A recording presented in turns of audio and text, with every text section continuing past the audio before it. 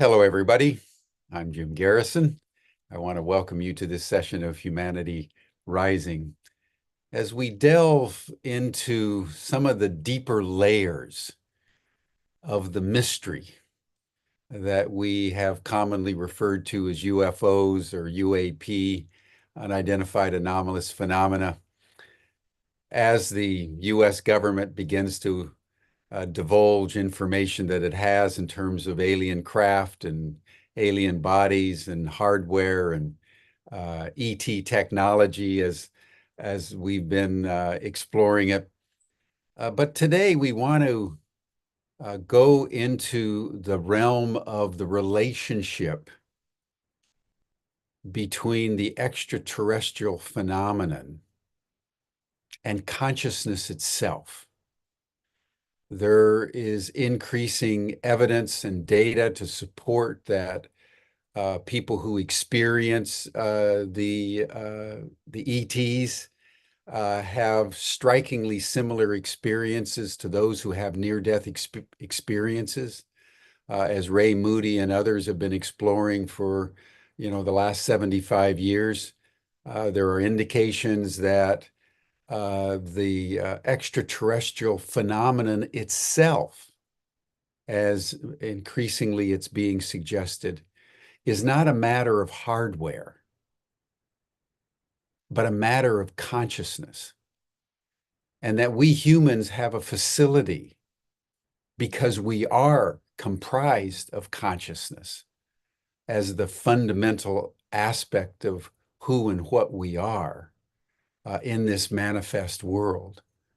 That whether we're channeling or whether we're having near-death experiences or whether we're having contact with the invisible realms and the hierarchy of angels and demons and possibly the phenomenon of God itself, all of what we experience is actually a single unified phenomenon with different fractals that serve as portals, not to different phenomena, but to the single phenomenon of consciousness itself. So today we want to explore this with Ray Hernandez, who is the founder and director of the Consciousness and Contact Research Institute, who's been awarded the National Science Foundation scholarship, has been a candidate for a PhD at the UC Berkeley University. And we have been in contact with him because I read one of his books on consciousness, and I was just enthralled at this notion that it is consciousness which envelops everything. And that we in the Western mind really focus on the hardware and the provable empirical data. But what we're really entering as we enter our cosmic moment, as we enter our extraterrestrial moment, is the portal of consciousness itself and the possibility that all these phenomena are just manifestations of consciousness. What an unbelievably exciting thought. So, Ray, I want to welcome you to Humanity Rising. Ray's going to give a little bit more about his background and then provide a 25-minute PowerPoint, and then we will dive in to a consciousness related discussion and dialogue. So, Ray, welcome to Humanity Rising. Thank you very much, Jim, for that wonderful introduction. And yes, this is reading at the cutting edge of viewing the nature of our reality. Definitely. Well, take it away, my friend, and then I'll circle back after your presentation. Thank you. I just want to tell your audience members that this is going to be a very short presentation. It's 20 minutes. And hopefully later on, I'll be able to give a much more lengthier, in-depth 90-minute presentation for the members of your organization. So let me begin the PowerPoint at this time.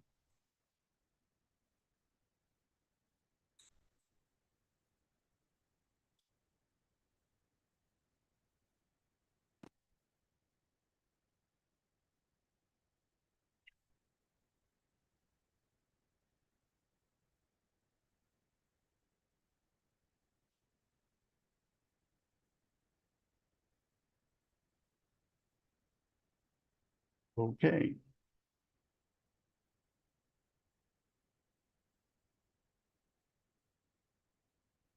Whoops. Sorry, There I we thought go. I thought I had it at the at the first slide. Okay. The title of the short presentation is Towards a Unified Theory of Consciousness and the Contact Modalities. In terms of my background, I went to University of California, Berkeley for a PhD. I was awarded a National Science Foundation scholarship. This was back in the 80s, so it's been a while ago. Previous to that, I went to Cornell University for a master's degree, and then subsequently after Berkeley, I went to law school and I became an attorney. I had a very boring job as a tax attorney with the U.S. Department of Treasury. I did that for 25 years, and I'm recently retired. And since maybe 10 years now, I have been working with numerous PhD academics and non-academic researchers on studying what is the relationship between consciousness and the paranormal contact modalities. And I will give a definition of each of these topics as we go along, each of these terms. This is our latest book. It's titled The Greater Reality, The New Paradigm of Non-Local Consciousness, the Paranormal, and the Contact Modalities. And we have already published 2 volumes, volumes 1 and volume 2. Each of these volumes are 800 pages each, and these are theoretical academic chapters written by PhD academics and medical doctors and researchers on the topic of consciousness and the paranormal. And the editors of our book were myself, Dr. Rudy Shields, who is an emeritus professor of astrophysics at Harvard University. He taught at Harvard for 45 years. The other person is Dr. John Climo, who taught at various universities, a PhD from Brown University for 45 years. And he has written numerous books on, again, on the same topic, the relationship between consciousness and the paranormal. Michael Grosso is a PhD from Columbia University. He's a PhD philosopher. He's also retired. All of these individuals are retired. And he's written about 15 books discussing various topics of the paranormal, but from a perspective of consciousness, that consciousness is fundamental. And Dr. Jeffrey Long is one of the world's most important academic researchers on near-death experiences. He's been studying NDEs now for over 30 years, and he has a database of over 13,000 individuals that took his surveys, individuals that have had NDEs. And he's written 2 major books on the topic of NDEs. So these are the 5 co-editors. And as you can see, these are, not from a metaphysical perspective. These are hardcore researchers with a very important academic background. Okay. As stated earlier by Jim, I am the director of the Consciousness and Contact Research Institute, which is an academic organization comprised of more than 25 PhD academics and medical doctors. And our website is agreaterreality.com. And if you want to email me, the email is info@agreaterreality.com. And all of my books, I'm making them available for free. Just send me an email at info@agreaterreality.com, and I'll send you PDF copies of all of my books, which are 4 books now. And these are very lengthy books. 3 of them are 800 pages each. Now, please move this window away from the shared application. Whoops, I try to get rid of that. Anyway, I see a screen there at the top. I don't know how to get rid of that. Oh, it's slowly going away. Good. the four co-founders of the first organization that we formed, which is the Dr. Edgar Mitchell Free Foundation. Right there, you see a picture of Dr. Edgar Mitchell. He was Apollo 14 astronaut, sixth man to walk on the moon. But more importantly, from my perspective, he was the founder of the Institute of Noetic Sciences in Petaluma, California, which is now regarded as the world's authority on researching academically the psi phenomenon and consciousness itself. And Dr. Dean Radin has been the lead scientist at IONS for over 25 years. And Edgar passed away in February of 2016. The second co-founder of the Dr. Edgar Mitchell Free Foundation is Dr. Rudy Shields, as I said before, an emeritus professor of astrophysics at Harvard University. And Rudy was a very dear friend of the late Dr. John Mack, who was a professor at the Harvard School of Medicine. He was a professor of psychiatry. He also won, my goodness, I forgot that name, that literature award for his book on Lawrence of Arabia. Anyway, it's the -- award that you get Pulitzer Prize. Pulitzer Prize. No, that's for news. But this was actually anyway, it'll come to me.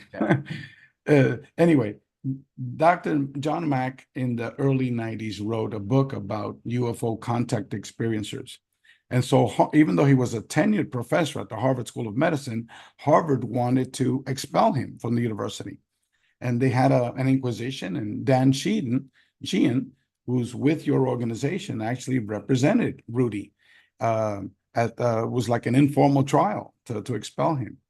And one of the very, very few professors to defend Dr. Mack was Dr. Rudy Shields. He was very, very dear friends. And maybe in our Q&A session, I can go into how they became friends. It was very, very interesting. Because Dr. John Mack did not view this phenomenon solely from a physicalist perspective. He understood that these individuals were having multidimensional contact experiences involving a manipulation of space-time. So here's the term space-time. He went to Dr. Rudy Shields and said, Rudy, is it possible to have multiple dimensions, a multiverse? Yes, it is. Well, is it possible to have an intelligence that might be residing in this multiverse and might be interacting with us? And Rudy said, yes, it is. So that's how that friendship started. Again, based upon Dr. John Mack questioning the relationship or reality via the experiences that these UFO contactees were having. And that's seldom discussed, and that's extremely important. And maybe we could touch upon that in the Q&A session. And I was the third co-founder of the Dr. Edgar Mitchell Free Foundation, and Mary Rodwell, an individual who has researched more than 3,000 cases on UFO contact experiencers, and she lives in Australia. So we spent, the four of us, we brought in other PhD academics. I should say it was more Dr. Edgar Mitchell and Dr. Rudy Shields that had been researching the phenomenon. And Mary Rodwell assisted in bringing us non-academic researchers, people like Kathleen Martin, people like Dr. Leo Sprinkle, people like, no, I won't mention all the names because it's a lengthy list. So it was, we brought in Dr. John Climo, who's a PhD academic, Dr. Bob Davis, who's a PhD neuroscientist, Dr. Russell Scalpone, who's a PhD statistician, and about 5 or 6 other PhD academics. And all of us teamed together, and we said, okay, let's study the UFO phenomenon as the first phenomenon. Why? Because there was lots of academic literature on the near-death experience phenomenon that had been, numerous PhD academics have been undertaking academic research on NDEs since Raymond Moody's book in 1975, Life After Life. So there was an extensive bibliography on NDEs, but for a UFO contact experience, almost nothing, very, very little. And so We said, let's start with that, because there was never a comprehensive, multi-language, statistical, academic research study on UFO-related contact experiences. So we undertook the world's first comprehensive, multi-language, statistical, academic research study on UFO contact experiences. The study duration was 5 years in length, and we met several times a month for this research study. Right there on your right is our 820-page book titled Beyond UFOs. It has 15 chapters. And the 3 primary co-editors were myself, Dr. John Climo, and Dr. Rudy Shields. Edgar had passed away by then.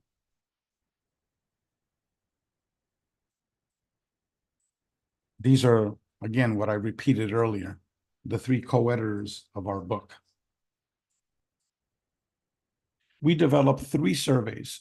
2 of the surveys were quantitative in nature. We had 660 quantitative questions. Survey 3, which was our qualitative survey, was comprised of 70 open-ended written responses. We received more than 4,000 responses from different individuals all around the world for our quantitative surveys. For survey 3, which is the open-ended responses, we received more than 10,000 pages of responses to these 70 questions.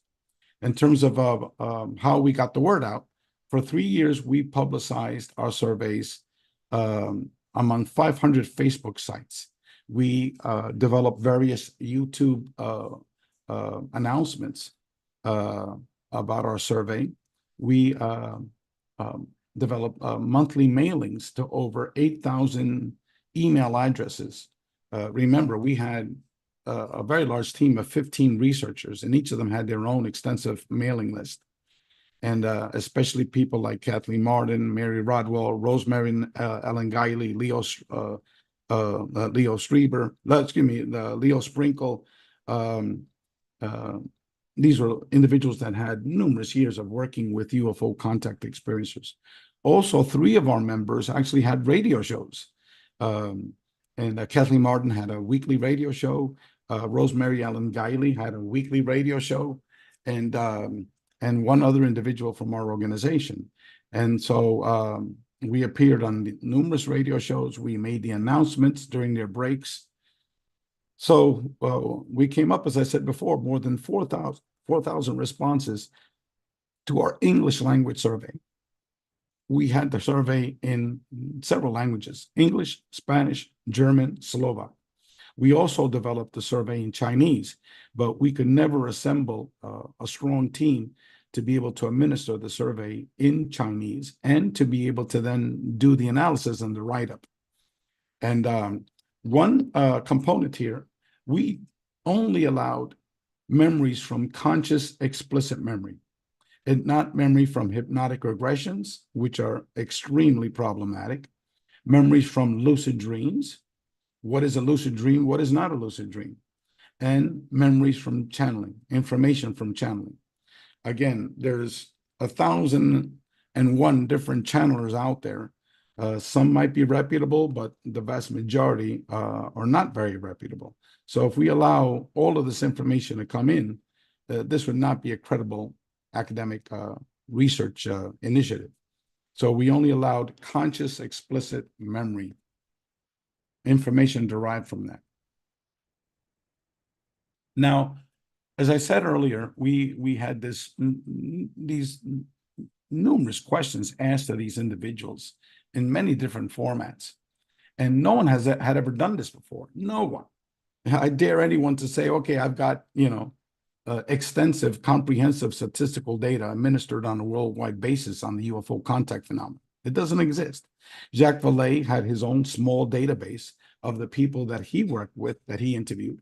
Dr. John Mack had a very, very small database of the people that he worked with. And again, we got it from people from the John Mack Institute, that these were less than 200 cases that he had worked with extensively with individuals. And again, these are people that he had pre-selected to work with. And so we're the only game in town. So the data that we received pretty much completely dismantles the information, the disinformation, and the misinformation that is circulating in the field of materialist ufology. Why? Because the basic statistical data collection was never undertaken. We never had this data. Now, there were numerous important research findings, but I'm just going to highlight 8 of them, okay? Number 1, these experiences were overwhelming positive experiences. Not initially. Initially, 37% viewed their experiences as negative. But over time, the vast majority of these individuals continued to have these UFO-related paranormal contact experiences. And over time, the experiences became much more positive. Case in point was Whitley Strieber. In 1988, he published the book Communion, which was a horrifying book on the evils of UFO contact. He was absolutely destroyed by that. And but now he's Mr. Love and Light. He's written several recent books on the spirituality of the UFO contact phenomenon. Could you hold on 1 second, please?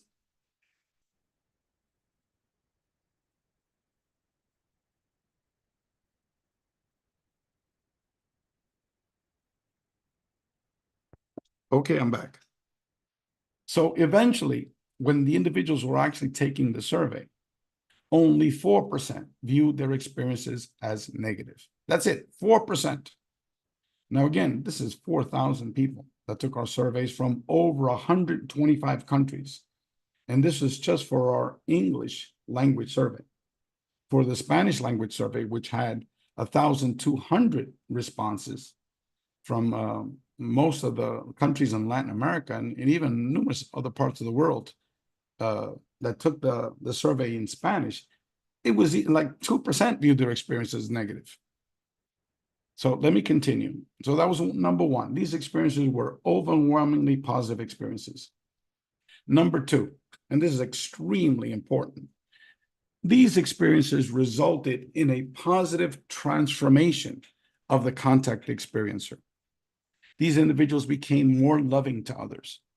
They became less materialistic. They became more ecological. They no longer feared death. They stated that life continues after our physical death. They're not concerned about fame. They're not concerned about competition at work. Finding number 3, these experiences were primarily, quote unquote, paranormal in nature and not necessarily physical. Yes, you might have seen a physical being. Yes, you might have seen a physical UFO, but that was just a very small component of their experiences. The vast majority of their experiences were paranormal experiences. And I'm a testimony to all of this, okay? And I'm not the only one, really.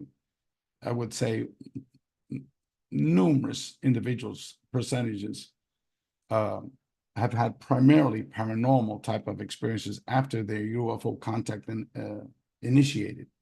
For example, 78% received telepathic communications. For most of them, continued after the initial contact. 76% saw a ghost or a deceased person. One classic case that all of you need to interview is this individual named Preston Dennett. Preston Dennett now has written 25 books on UFOs and UFO contact phenomena. And his experiences started by seeing his dead mother in his living room a few days after she was buried. And after that, it was just a triggering mechanism of out-of-body experiences, astral travel experiences, seeing close to 100 UFOs, beings, physical beings.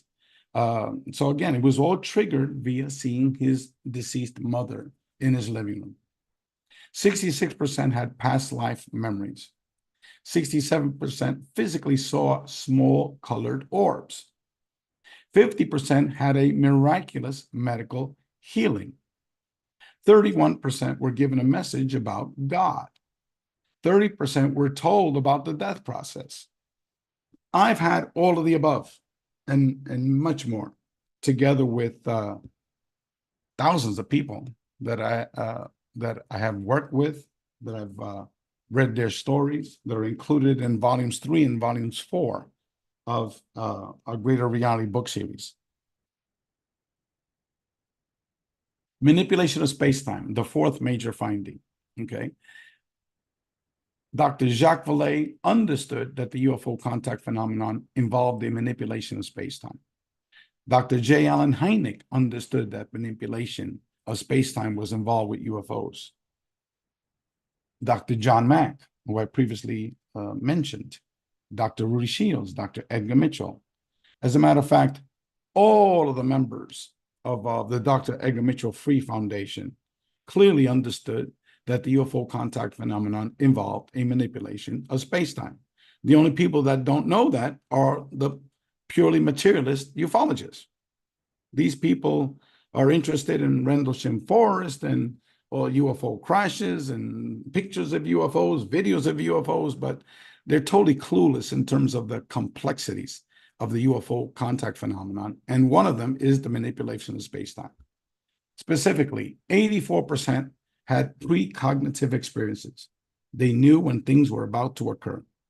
80% had out-of-body experiences. Numerous percentages here.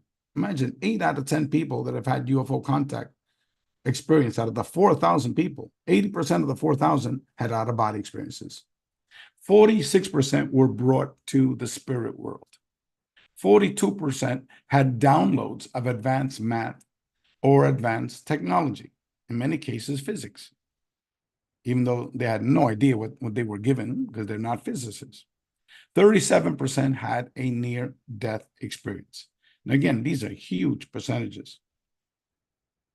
In my much more lengthier 95-minute presentation, I will be giving many, many more examples in all of these 8 categories.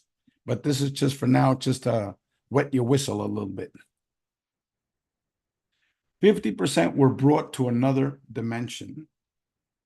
Okay, same thing with me. These experiences were overwhelmingly positive. Spiritual lessons were taught. Time seemed to stop. Individuals shown visions of their or humanity's past and future.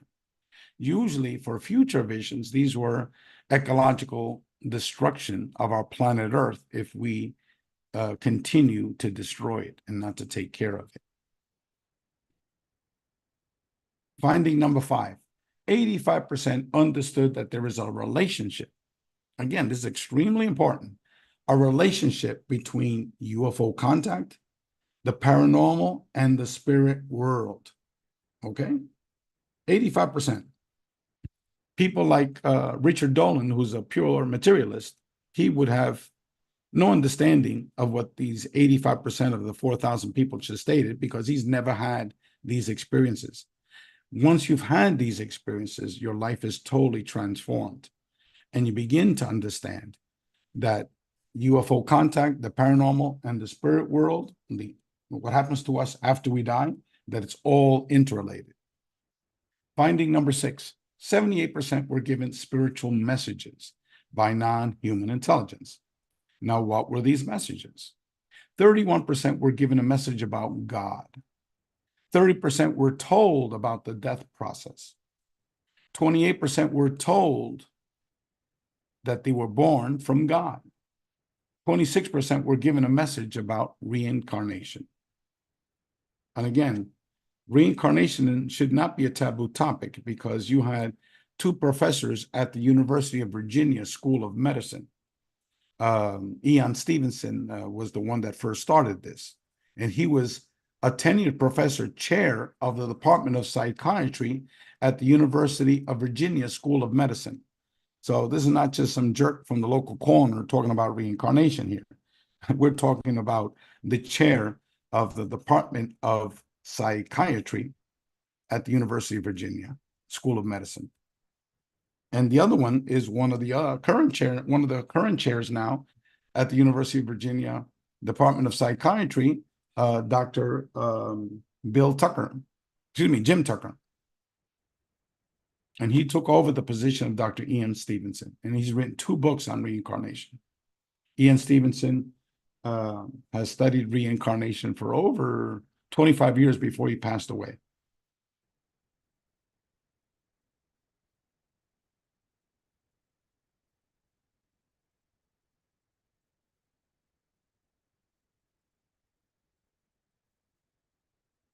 Okay. I skipped over a video of Dr. J. Allen Hynek. You'll see that video in the much more lengthier presentation. But basically, in my opinion, the 2 fathers of academic UFO research are Dr. J. Allen Hynek, who was the principal researcher of Project Blue Book since the 1950s, and Dr. Jacques Vallée. He's authored, I think, close to 15 books and several academic articles in academic journals on the UFO phenomenon. Now, Dr. J. Allen Hynek, towards the end of his life, not in the very, very beginning, but towards the last year and a half of his life, he believed that the UFO phenomenon was a multi-dimensional consciousness-based phenomenon involving a manipulation of space-time. Okay. And this is what Dr. Jacques Vallée has also been saying for close to 40 years. And Dr. Jacques Vallée developed a hypothesis that the intelligence behind the UFO phenomenon might not be a physical being from a physical planet, but instead might be an interdimensional phenomenon based on consciousness. Now, here's my question to the audience members here. These are the 2, by far, the 2 most important researchers in the field of UFO research. But yet, their theories as to the nature of UFO contact is rarely discussed, certainly not in major UFO conferences around the world. They're never discussed. Why? Because those perspectives are non-materialist perspectives. Okay, now let me present what Dr. Jacques Vallée specifically stated. I think that from my own point of view, I'm going to be very disappointed if UFOs turn out to be nothing more than visitors from another planet, because I think they could be something much more interesting. Something from another dimension, a space or time? I think what the UFO phenomenon is teaching us is that we don't understand time and space. Mm-hmm. Here are objects, I think we have to call them objects, that are physical, that interact with the environment, that cause effects on the witnesses, on the psychology and the physiology of the witnesses, and leave traces on the ground, and yet are capable of, appear to be capable of manipulating time and space in ways that go beyond what our physics understands today. Also, in the Q&A session, please remind me to speak about the very first UFO that I called down. That was the first time I learned that these were holographic projections. We don't have enough time to discuss it now, but hopefully in the Q&A we can discuss that first experience I had.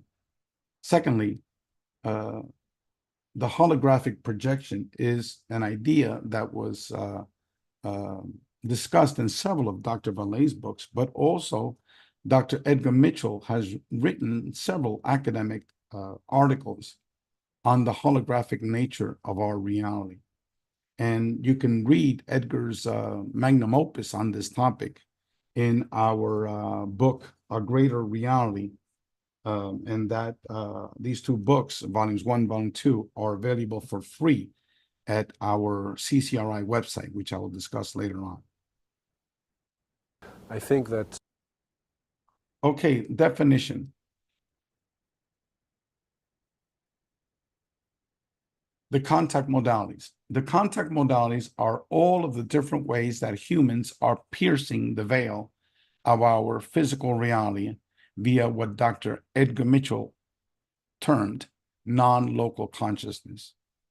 and having diverse contact experiences with various forms of non-human intelligence.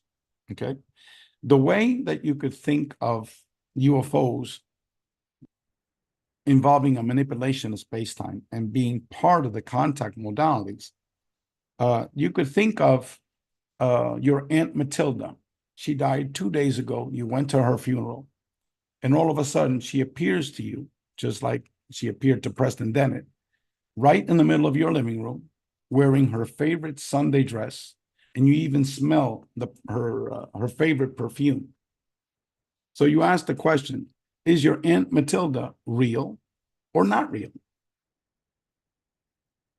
Is she alive or is she dead? Okay, well, the answer to that question for both of those questions is yes. She's both physical and she's not physical.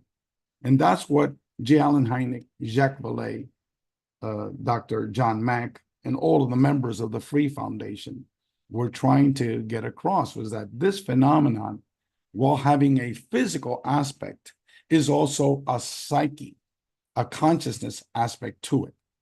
And what we wanted to explore was the psyche, consciousness-based aspects of it, because the physicalist, the people that believe in pure physical material reality, the ufologists that are pure physicalists, were studying the physical aspect of the UFO contact phenomenon. But they never dared to even research the psyche or the consciousness-based aspect of it. So what we understood from our research study was that all of these individuals were having almost all of the paranormal phenomenon. They're experiencing all of them. So we developed this thesis of the contact modalities that all of these experiences need to be studied as one integrated phenomenon under consciousness. And I coined that term. I published an academic article back in 2013 where I used for the first time the term the contact modalities. So what are the contact modalities? The contact modalities are UFO, UAP contact experiences. My preferred term, however, is CAP, consciousness aerial phenomena. And we can discuss that term later on in the Q&A session. And I use that term for all of my books of a greater reality. In my book, The Mind of God, I use the term CAP instead of UAP or UFO, because CAP is a much, much more better term because these experiences are consciousness-based experiences. The other category is near-death experiences, out-of-body experiences, spirit and ghost communications, astral travel and remote viewing, hallucinogenic contact via DMT, psilocybin, or some other drug, mediumship and channeling, and obviously there are numerous other types of human communication with non-human intelligence and its related paranormal phenomena. One example is, for example, meditation. A lot of people, when they do in-depth meditation, have contact experiences. So these are just examples of what are the contact modalities. And all of the members of CCRI, all of them, okay, close to 25 PhD academics and medical doctors, they all believe that all of the contact modalities is actually one phenomenon. CAPs are not UFOs. In my last 3 books, I have changed the term UFO or UAP to CAPs, or consciousness aerial phenomena. This is a more appropriate term because the UFO phenomenon is undoubtedly a consciousness-based phenomenon. This is the result of the 5 years of academic research from the Dr. Edgar Mitchell Free Foundation Experiential Research Study. This book is available for free at our website. Not the website that's listed here. This is the website of the Free Foundation, which no longer exists, but the CCRI Foundation. And later on, I'll provide that. CCRI. The reason why we changed the organization from the Dr. Edgar Mitchell Free Foundation to the CCRI, or the Consciousness and Contact Research Institute, is because after we published that book, Beyond UFOs, everyone thought that we were solely interested in studying UFOs. But that wasn't our main interest. Our main interest was to understand the consciousness-based aspect of the UFO contact phenomena. So it wasn't about UFO. The focus was really consciousness. And what follows is a brief introduction to the work of CCRI. CCRI is composed of 20 PhD academics and 5 medical doctors and 10 lay researchers. All of them are interested in the relationship between consciousness and the paranormal contact modalities. CCRI is a 501c3 non-for-profit academic research institute focusing on researching what is consciousness, what is the nature of our reality, by undertaking cross-comparative research on individuals that are having various types of contact with non-human intelligence via what we term the contact modalities. As you can note, I don't use the word ET because ET has a reference to the physical aspect of what people are perceiving to see as part of the UFO contact phenomenon. But in fact, physical beings were not the number one category that these individuals were interacting with. They were interacting with number one, energy beings. That was what I saw my very first experience. Okay. Number two, they're interacting with human-looking beings. That was the number 2 category. Okay. And number 3 were the 2 types of grays, the tall grays and the short grays. And again, they were number 3 and number 4. But the top physical beings that people were seeing were the energy beings and the human-looking beings. But on top of all of that, okay, number 1 were intelligences that did not have a physical aspect to them. All of a sudden, people were getting a telepathic communication. Do not cross the street. Our car is coming. It's going to hit you. Do not cross the street. I told you don't cross the street. Boom, here comes a car and crashes into another car, okay? Tells you specific information. Meet me outside at 10 o'clock at night, okay? Right outside your backyard. And boom, they see a UFO, okay? So these are just examples of the non-physical aspects of the UFO contact phenomenon. Now, all of these people at one time did see a UFO and had continued sightings of UFOs. But in terms of the beings involved, there were over 10,000 different types of beings. In terms of the grays, for example, we had every color of grays. We had very short grays. We had little tiny grays. We had grays with 5 fingers, gray with 3 fingers. We had grays with coats, with jackets, with tuxedos, with hats, skin colors. And that's just with the grays. With the human-looking beings, oh my God, tons of different types of human-looking beings, okay? With the energy beings, again, hundreds of different types of energy beings. We had robots. We had beings that looked like mucus, okay? Big ball of mucus that people were interacting with, okay? So here's a question for the members here. Did these thousands of different types of perceived physical beings come from thousands of different types of physical planets to interact with these individuals in the vast majority of cases for less than a minute? Okay? Did they come to interact with you for less than a minute and then go back to their planet? Thousands of them, from thousands of different planets. Is that what is really happening? Or is there something a little bit more complicated behind that explanation?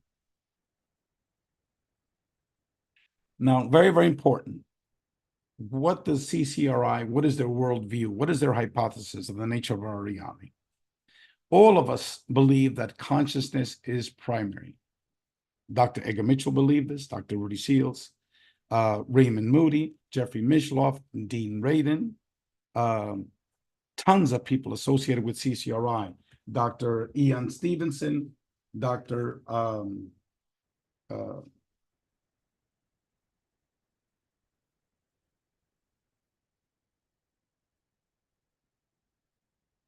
I was looking for the complete list, but we can discuss that in the Q&A session, okay?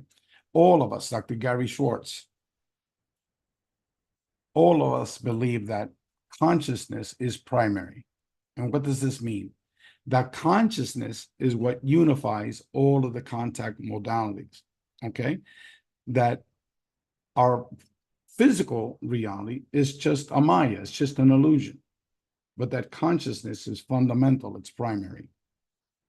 And I can discuss in more detail of that in our Q&A. Dr. Gary Schwartz, professor at Harvard and Yale, he's now associated with the University of Arizona, and Dr. Raymond Moody, the father of NDE research. And Raymond has a PhD and is also a medical doctor, a PhD philosopher and a medical doctor. Consciousness is first. If it's primary, if it all starts with a one consciousness and everything else is then part of that one and evolves from that one, and we all have this, we're all part of the unified whole. We're all both one, we're all the one, and we're also a unique part of the one. I think the primary reality is consciousness, and that physicality is projected by the consciousness to give continuity to the narrative aspect of life. That's what I think. Here's the word that he used, projected, like a holograph projection, okay? Dr. Gary Schwartz has been researching mediumship for over 30 years, and he's published several books on it. Again, these are peer-reviewed academic research studies. Based upon his studies, he's published numerous academic research articles on mediumship. And again, both of these pioneers believe that consciousness is primary.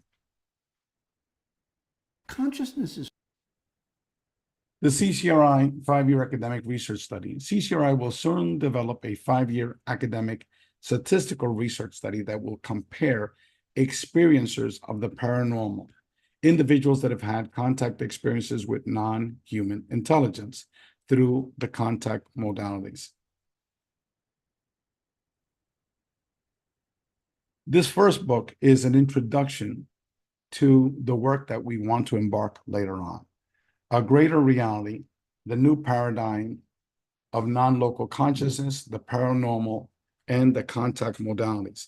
Volumes 1 and 2 are theoretical in nature.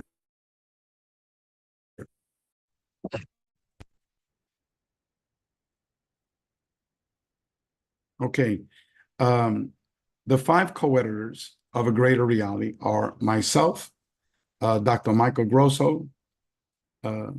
Please move this application away from the shared screen. I don't know how to do that.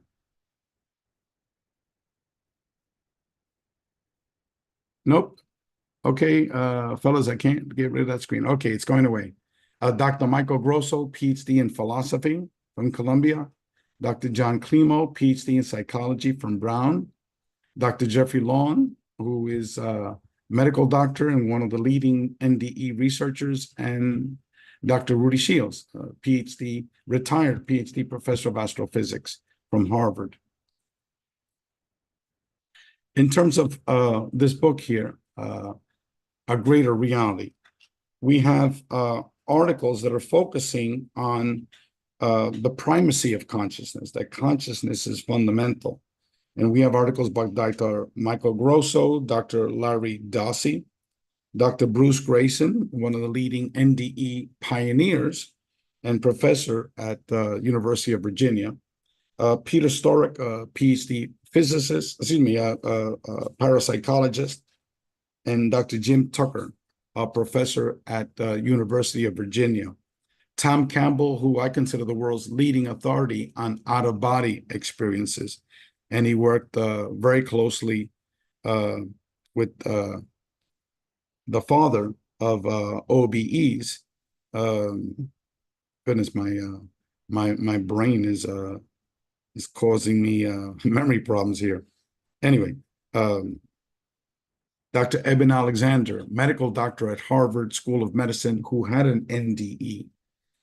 These are all articles on the primacy of consciousness. Then our second topic of category is non-local consciousness, telepathy, and the quantum hologram. And we have articles by Dr. Edgar Mitchell and 4 other academics. We have articles on out-of-body experiences, remote viewing, and consciousness, and that's Stephanie Schwartz, who is one of the fathers of remote viewing. And we have a category here on lucid dreams. And then we have other categories, our near-death experiences. And we have 1, 2, 3, 4, 5 articles on NDEs. And 4 of these were written by academics. The next topic is on UFOs or CAPs. And we have 11 articles on CAPs. Myself, Dr. Joseph Burks, who is a medical doctor, Dr. John Klimo, one of our co-editors. We have a researcher from China who wrote an article about her experiences. Brad Steiger, who authored, I believe, several hundred books on the paranormal and UFOs.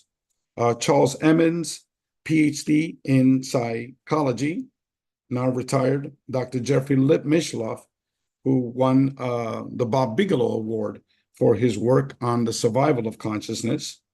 And Jeffrey got a PhD from my alma mater, Berkeley.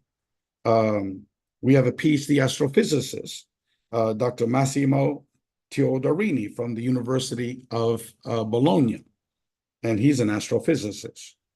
Michael Grosso wrote an article about his UFO contact experiences. Mary Rodwell, George Knapp, who's well known for his radio show, and Dr. John Alexander, PhD. These are all the articles on UFOs that are in volume 2. We also have 5 articles that discuss ghosts/spirits and spiritual transformation. We also have an article by 5 professors at Johns Hopkins University who have been studying entheogenic research for many years. So their article, the lead author is Dr. Roland Griffiths. And the article is titled Survey of Subjective God Encounter Experiences, Comparisons Among Naturally Occurring Experiences and Those Occasioned by the Classic Psychedelics, Psilocybin, LSD, Ayahuasca, DMT. So this is comparing the contact phenomenon with near-death experiences and the use of psychedelics. So in all of these experiences, people are experiencing God. They're experiencing the spirit world. Now, where did you hear that before? Where I discussed that.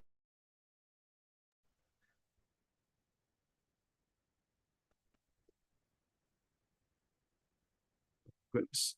Okay, sorry, the speaker went away for a second there. So anyway, let me continue. The most recent book I wrote is titled The Mind of God, a Spiritual Virtual Reality Model of Consciousness and the Contact Modalities. Now, this book is only 220 pages in length. And what it does is it provides a theoretical model of the nature of our reality. Again, it's an abstract. It does not have tons of detail in it. But what I plan to do over the next 3 years is to actually write a much more expanded version that would be written in an academic format to discuss the nature of our reality and the relationship between consciousness and all of the paranormal. But this book here, The Mind of God, is free. Just go to our, send me an email at info@agreaterreality.com. And it's also in our website, agreaterreality.com. So send me an email, info@agreaterreality.com, and I will send you all of my books for free. Okay, we're also developing a documentary. We've been working on this for 6 years. I don't know how to get rid of this red screen that's here in front of me. In the past, it went away by itself. There it goes. Okay, thank you. And so this documentary, we hope to release it by the end of the year. And this is just a 4-minute trailer for our documentary. Well, I would say my near-death experience in many ways changed me completely. I'm able to travel. Can someone get rid of that? It says, please move this window. I would say my Whoops. Yeah, sorry, not sure how to do that. Okay, all right, I'll continue with it, but just It fades away. oh, okay, it fades away. Okay, I'll continue with Dr. Eben Alexander.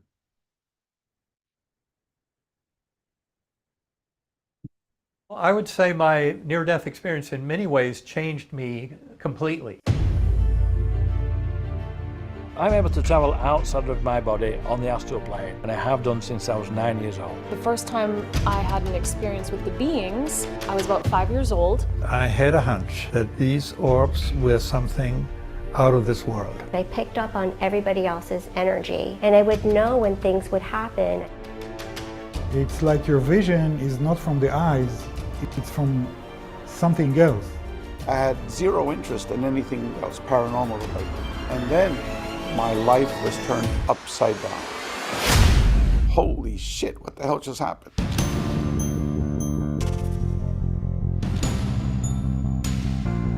I knew that this was not a dream. This is another reality. And I needed to understand it. Would have an out-of-body experience 3 or 4 times a month, and I've learned how to move, fly, walk through walls. The elements of a near-death experience are, first, separation of consciousness and out-of-body experience. I detached from my lifeless body. There were beings, spiritual beings swirling around me and bringing me peace. A being of complete compassion and love and knowledge. I was shown things that you just don't see in this world. When I opened my eyes, there was Katie, this little girl spirit. I wanted to know where she was buried. I'm going to the cemetery and she's guiding me. Right here is her little place. We are saturated with intelligent life right here and right now. And their eyes were these glowing green, blue, iridescent, beautiful eyes. It was like looking at a hologram. The way I understand the world is due to contact. This expanded way of life is a beautiful thing, and I wouldn't trade it for anything. What I discovered is as people become more aware of their experiences, that their perspective in life is changed. I think one has always changed. I think that's what our ancestors were trying to tell us. And so I started looking at the Bible in a different way. Everybody got on their camels and converged on Bethlehem to see what's up with that star up there. Consciousness is at the heart of all of this. It is that glue that binds all of these experiences together. Our consciousness includes the physical universe. It includes the cosmos. Everything we know about quantum physics and cosmology, altered states of consciousness, and contact with non-human intelligence. And it's only by bringing all these pieces together, both finding their commonalities and how they can each inform each other, that we can then see the big picture.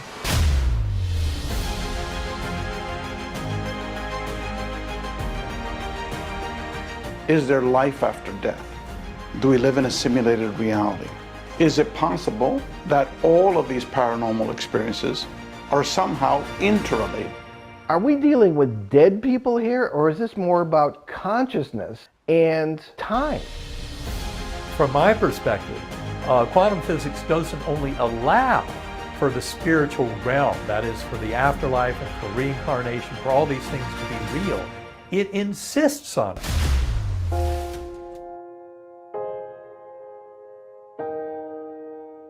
This is going to change everything.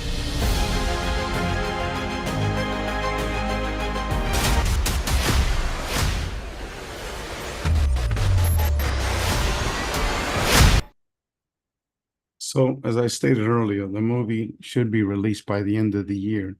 And this is an attempt to bring together academic research together with consciousness and the paranormal. It's mixing them all up together and saying that we cannot separate them. We cannot separate UFOs from NDEs. We cannot separate UFOs from out-of-body experiences, et cetera, et cetera. Now, one point that I want to be able to state here is that all of these individuals that you stated here, except for Eben Alexander and Raymond Moody, okay, all of them have seen UFOs or have called on UFOs. So all those people that you see in that movie that have had all of these remarkable experiences, they're also UFO contact experiencers. And that's what materialist ufologists just are totally clueless of. Anytime they see the word consciousness anywhere, they throw it out. There was a major ufologist, probably the most well-known nowadays in the field of ufology. He criticized our work as woo-woo science, okay? Yet this man doesn't have a PhD, doesn't even have a master's degree, okay? He doesn't work with any PhD scientists. Yet he called us woo-woo science, what we're doing. But yet, who has all the PhD academics? Okay, who has the scientists, hardcore scientists? Okay, the CCRI organization. So this is their attempt to try to dismiss the topic of consciousness because they don't understand it and they don't even bother to take a look at the book UFO Beyond UFOs. Yet that's the first and only book that has academically researched the UFO contact phenomenon.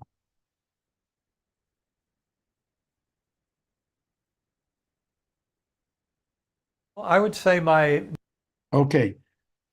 I'm giving away free PDF copies of all of my books. Beyond UFOs is 800 pages. The Mind of God is 200 pages. And A Greater Reality is 800 pages each, or 1,600 pages. So to download all of these books, go to our website, agreaterreality.com. So that's the end of the slideshow here. It's short and sweet. And I hope people got something out of it. I'm sure they did. Thank you so much, Ray. That was fascinating. Absolutely fascinating. Thank you so much for what you do. Thank you. Lots and lots of questions, my friend. Let's start by the most fundamental question that I think arises out of what you said. How do you and CCRI define consciousness? What do you think that phenomenon is? Well, that's the $1,000 question here. First of all, when you talk to all of these academics and research scholars that have been focusing on consciousness, many of them for most of their lives, they'll tell you they're clueless. They have no idea, but they have hypotheses of what it could be, okay? Now, the closest that I could present this in a way that's digestible for folks is think of a near-death experience when we die, okay? Or we go out of our body, or we have an astral travel experience, okay? Let's start with an OBE, because that's the first step usually in an NDE, in a near-death experience phenomenon. You die, you're on an operating table, let's say, for example, you float out of your body, you see your body underneath. And you're like, who's that? I'm up here, that's somebody else. And you just don't comprehend what's going on. In an OBE, you're in your bed, right? Like, for example, Preston Dennett, he did the HemiSync videotapes by Robert Monroe to try to induce OBEs, because he'd been calling down and seeing UFOs for many years now. He'd been seeing various beings. He'd been part of MUFON interviewing numerous witnesses, UFO experiences. Yet he was having paranormal experiences, okay? But he didn't have an OBE, right? So he said, okay, how do I induce an OBE? Let's go to Robert Monroe, purchase the HemiSyncs, and after many months of trying, boom, he popped out of his body. He's got scared and he went back, okay? So after repeated attempts, he's out of his body. Once he's out of his body, he says, here's my body underneath there. So automatically, you're not in your dimensional plane, which I call a 4D dimension. 4D dimension is the 3 dimensions of coordinate geometry and spacetime, okay? That's the 4D. Now, different people have different approaches, but that's mine, okay? But once you have an OBE and you're in this other reality, you're not in these 4-dimensional planes, okay? You go to your room next door and see your daughter, how she's doing. You don't want to go across the street because that's where the mother-in-law lives, okay? But if you want to, you could go there, okay? Same thing with remote viewing. How does remote viewing work? You take your mind out of your physical plane and you bring it to another location and you can physically see things, okay? And some remote viewers can actually smell, okay? They cannot touch. Some of them can hear, but mostly it's see, okay? And so those people understand that our physical reality is not what we think it is, okay? So a lot of people that initially started with out-of-body experiences, they pop out of that 5D reality, because that 5D reality is you're still interacting with the physical reality, okay? You're going to your mother-in-law's house. You're going to the room next door to your daughter. You might, like Ingo Swann, go to the back of the moon, okay? But you're still interacting with the physical reality, okay? There's other people that pierce that and go to another reality. And again, we don't know how many dimensions there are in, higher than that, but this is what is commonly referred to as astral travel, okay? And they go into other dimensions. There, it's like everything is open game there, okay? And I won't go into those details, but Tom Campbell wrote his book, My Big Toe, My Big Theory of Everything, which is 700 pages, that talks about how he got started into all of this, and then goes into some of the mechanics, because he's a ABD like I am, all but dissertation in physics. So he started to do physics experiments in these astral travel hierarchies, okay? So those people that have had these experiences understand that our physical reality is not what they understood beforehand, that there's something more complex, there's other hierarchies, there's other realities to it. Now, if you continue with the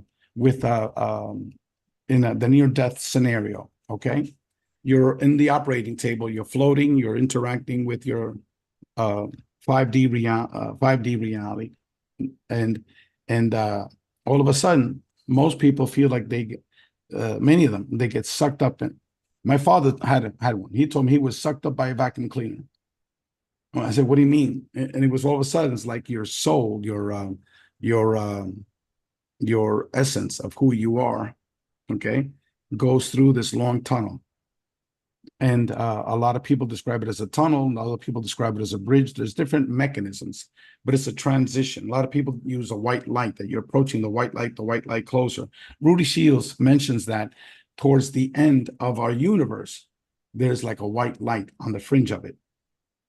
And he wrote the whole mathematics towards that, of how that works, because he describes the universe as a black hole, as a universe inverted.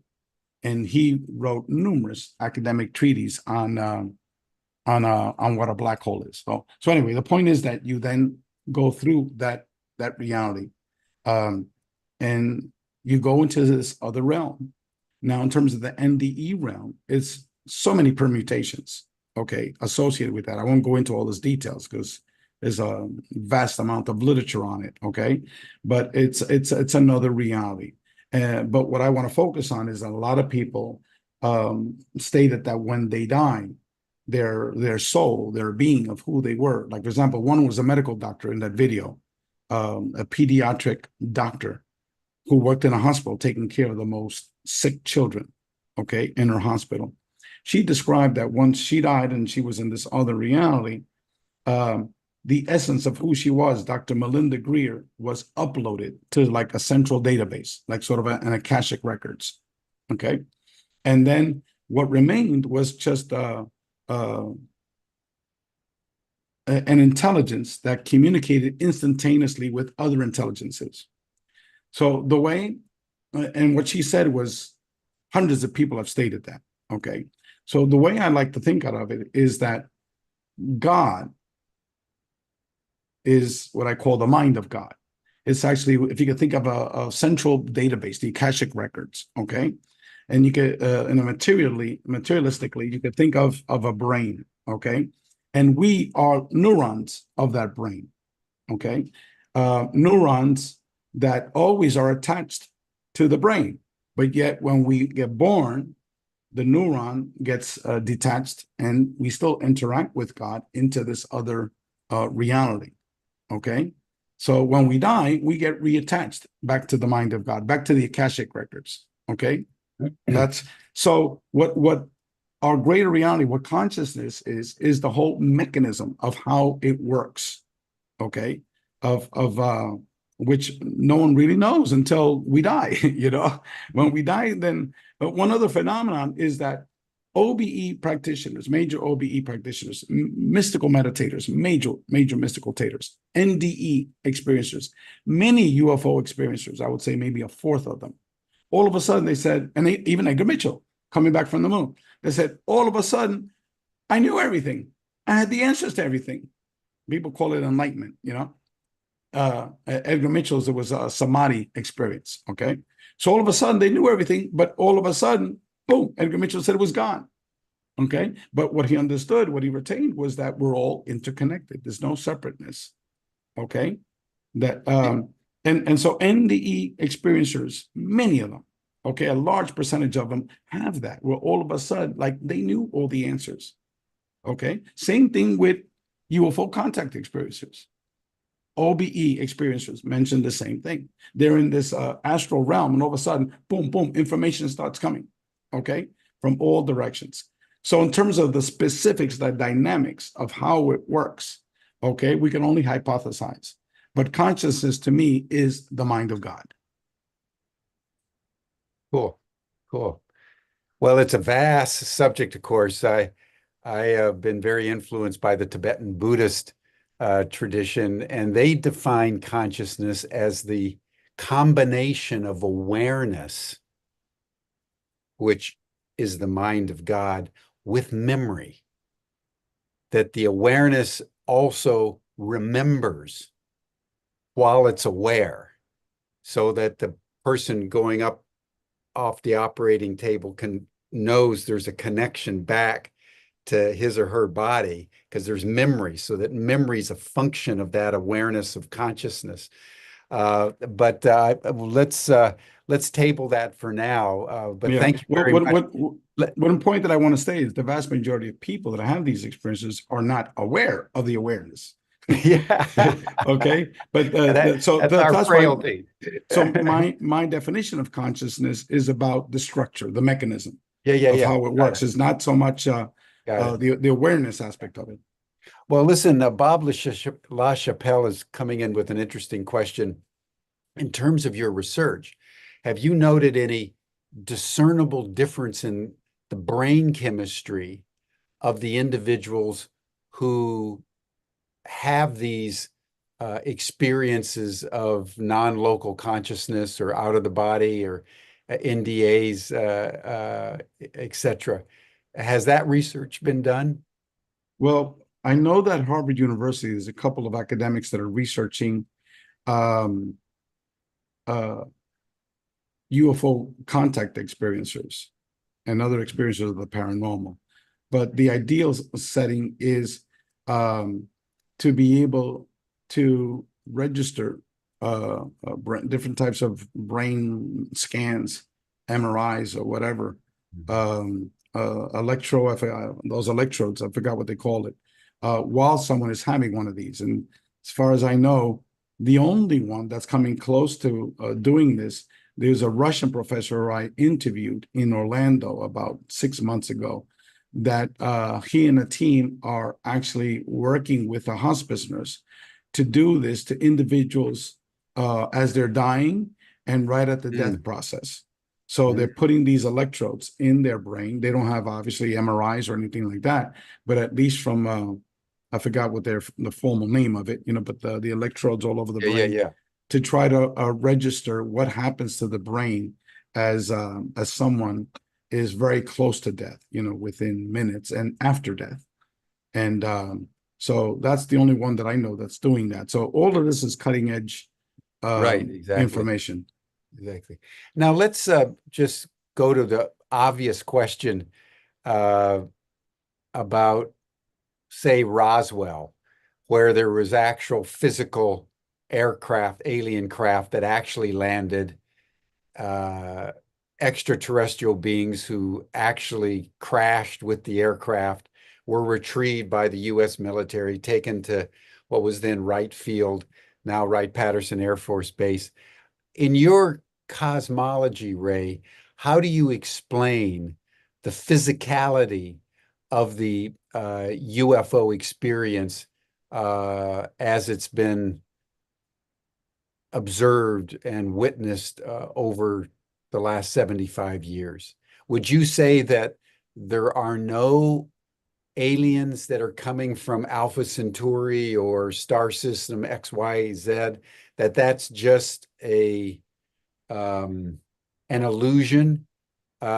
Is it a combination between aliens who actually come from other systems to the Earth in a physical way, but it's human consciousness that observes and experiences those things? How do you account for the physicality of the UFO UAP phenomenon?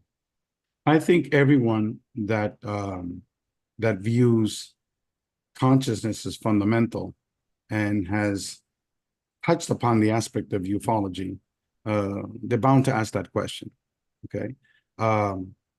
First of all, I believe that much of ufology is BS, physical ufology. Why? Because a lot of the information from, let's say, contact experiences was derived from hypnotic regression. Okay. And that's where you get the David Jacobs of the world.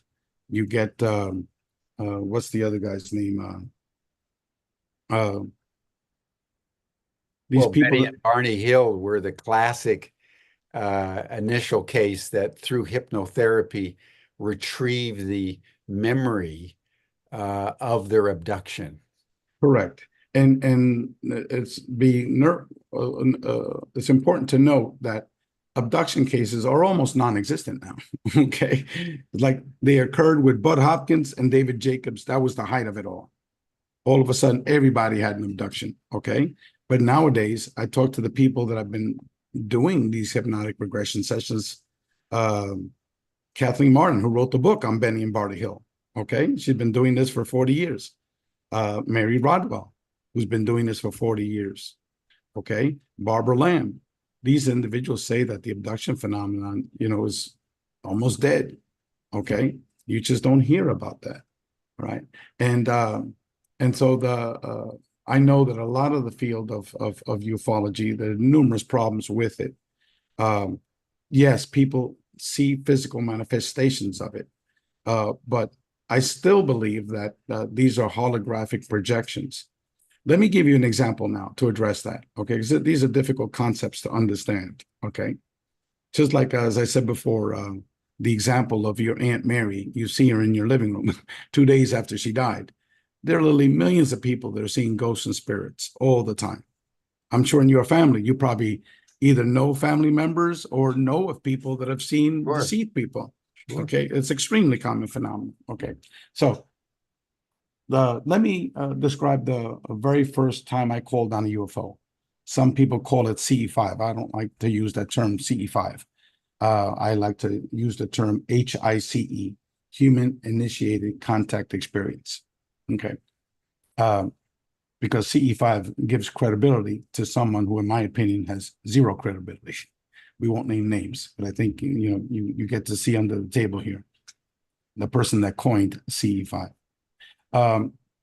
In my very first experience, my wife had been, after we saw an energy being in our living room that healed our dog, who was totally paralyzed. After that experience, we began to have paranormal experiences. And in her case, she would go outside, she would pray, because she sees everything from a Catholic lens. These UFOs would appear. Most of the time, they're very, very large and very close. They would not be up in, a little star in the sky. They would be these huge structures that are very close to the ground.